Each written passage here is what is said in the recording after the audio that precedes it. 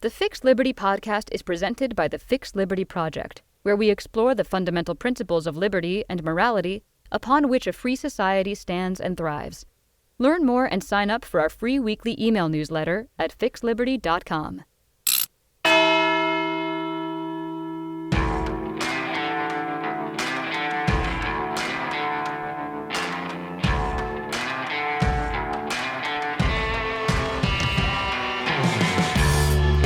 Hello and welcome to the Fixed Liberty Podcast. Today is October 8th, 2022. I am your host, Ross Brown. Thank you so much for joining us on the show today.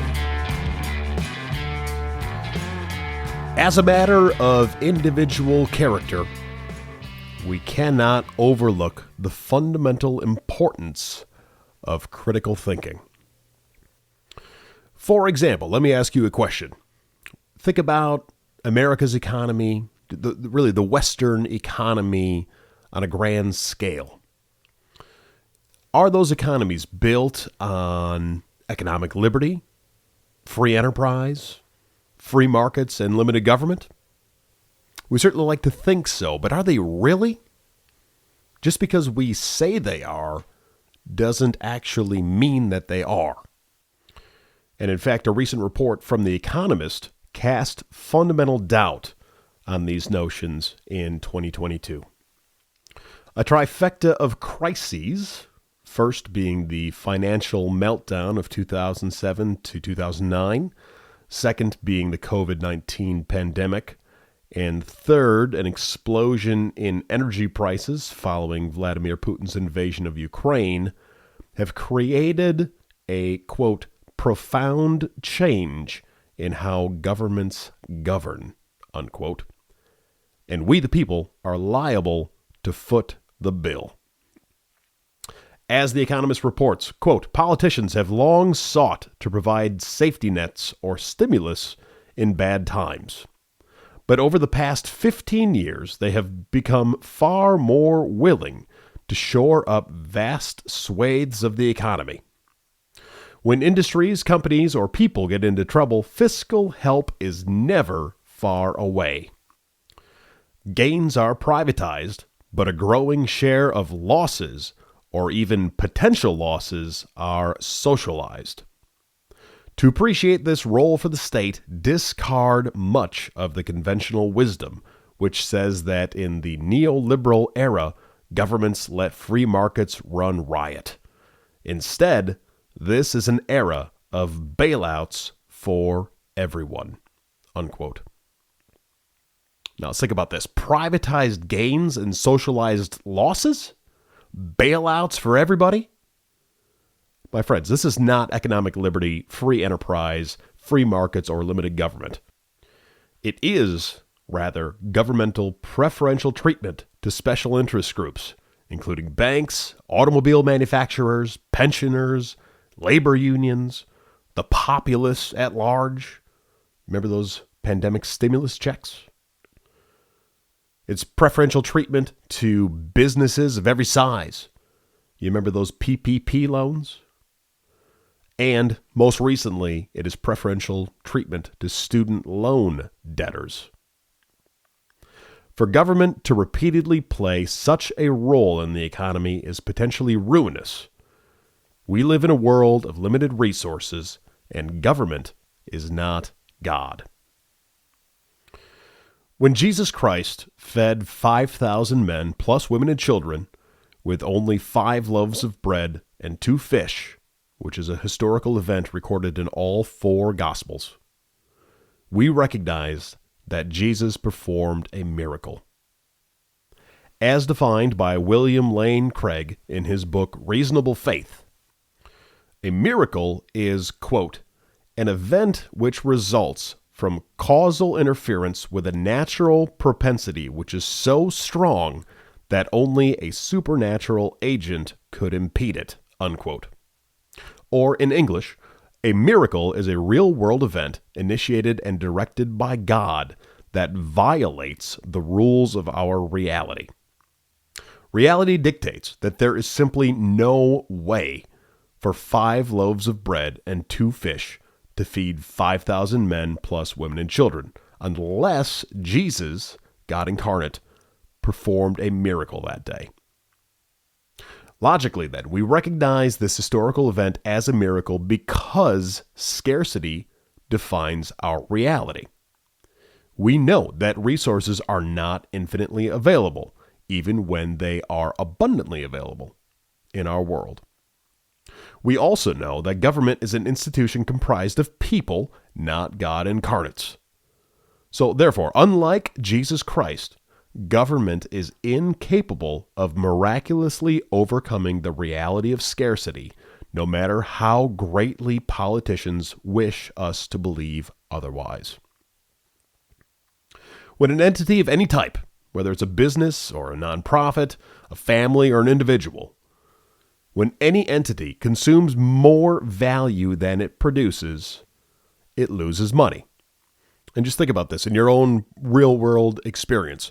If you're making $1,000 a week, $52,000 a year, but you go out and spend $1,500 a week at the store, you can't do that forever, right? You're going to run out of money eventually. That's the way this world works.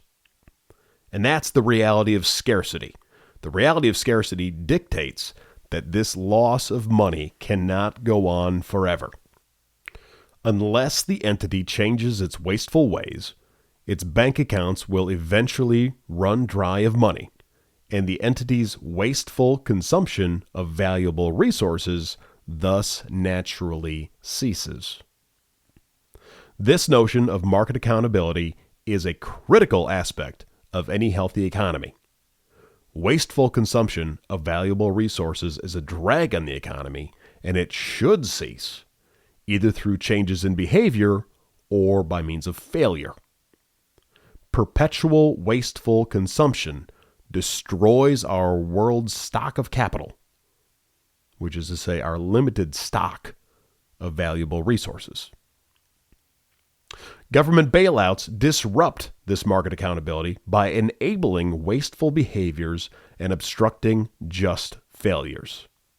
Through bailouts, capital is forcibly unplugged from productive sectors of the economy to support unproductive sectors. Wasteful entities' net consumption of capital continues in perpetuity, and capital resources become ever scarcer as a result. This is not an original idea, friends. Adam Smith warned of this danger in the final chapter of his book Wealth of Nations, a chapter he entitled Of Public Debts. He identified that, quote, the capital which the first creditors of the public advanced to the government, either voluntarily or forcibly, was, from the moment in which they advanced it, a certain portion of the annual produce turned away from serving in the function of a capital to serve in that of a revenue, from maintaining productive laborers to maintain unproductive ones, and to be spent and wasted, which is to say consumed, generally in the course of a year without even the hope of any future reproduction. Unquote. And again, that's from Book 5, Chapter 3 of Adam Smith's Wealth of Nations. To tie that in with the Economist report from this week, the Economist identifies in its report that free enterprise and free markets produce, quote, innovations and higher incomes through the process of creative destruction. Things that do not work stop, and things that work better start. An economy-wide safety net slows this down, unquote. And this is the danger. Government bailouts hinder the process of creative destruction. Wasteful, unproductive entities leach the capital created and stewarded by productive entities. The economy inevitably stalls or falls into ruin entirely. Government opting to print new money instead of redistributing capital through taxes fails to solve the problem. Money printing only dilutes the value of currency and creates inflation. Sound familiar? The capital created and stewarded by productive entities is thus still leached to support unproductive entities, simply by different means. Inflation benefits debtors at creditors' expense.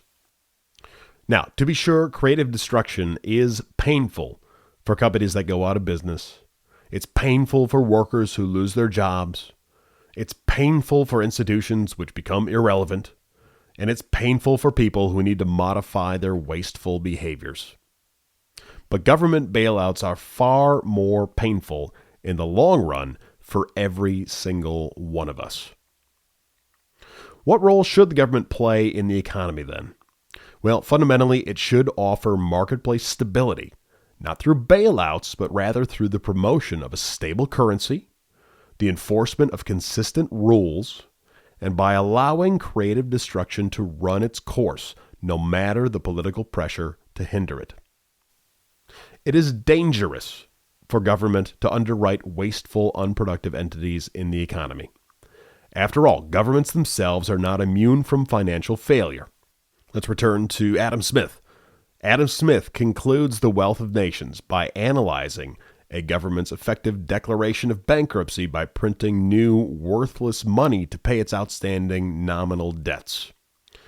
Quote, "A pretended payment of this kind, therefore, instead of alleviating, aggravates in most cases the loss of the creditors of the public, and without any advantage to the public, extends the calamity to a great number of other innocent people. It occasions a general and most pernicious subversion of the fortunes of private people, enriching in most cases the idle and the profuse debtor at the expense of the industrious and frugal creditor, and transporting a great part of the national capital from the hands which were likely to increase and improve it to those which are likely to dissipate and destroy it. When it becomes necessary for a state to declare itself bankrupt, in the same manner as when it becomes necessary for an individual to do so, a fair, open, and avowed bankruptcy is always the measure which is both least dishonorable to the debtor and least hurtful to the creditor. The honor of a state is surely very poorly provided for when, in order to cover the disgrace of real bankruptcy, it has recourse to a juggling trick of this kind, so easily seen through, and at the same time so extremely pernicious." Unquote. The Economist concludes that, quote, "For now, governments are unlikely to change course. So long as they are not directed at banks, bailouts tend to be popular. Investors seem not, as yet, to have fully digested the fiscal risks implicit in this new strategy. When the next recession hits, as it may well soon, expect another round of furlough schemes, additional benefits, and stimulus checks. When the next industry fails, expect a big rescue package." Unquote. We the people would be wise to heed Adam Smith's parting warning afresh in this new era of government, however, because governments are not God. Thanks for tuning in to this episode of the Fixed Liberty Podcast. I'll see you next time.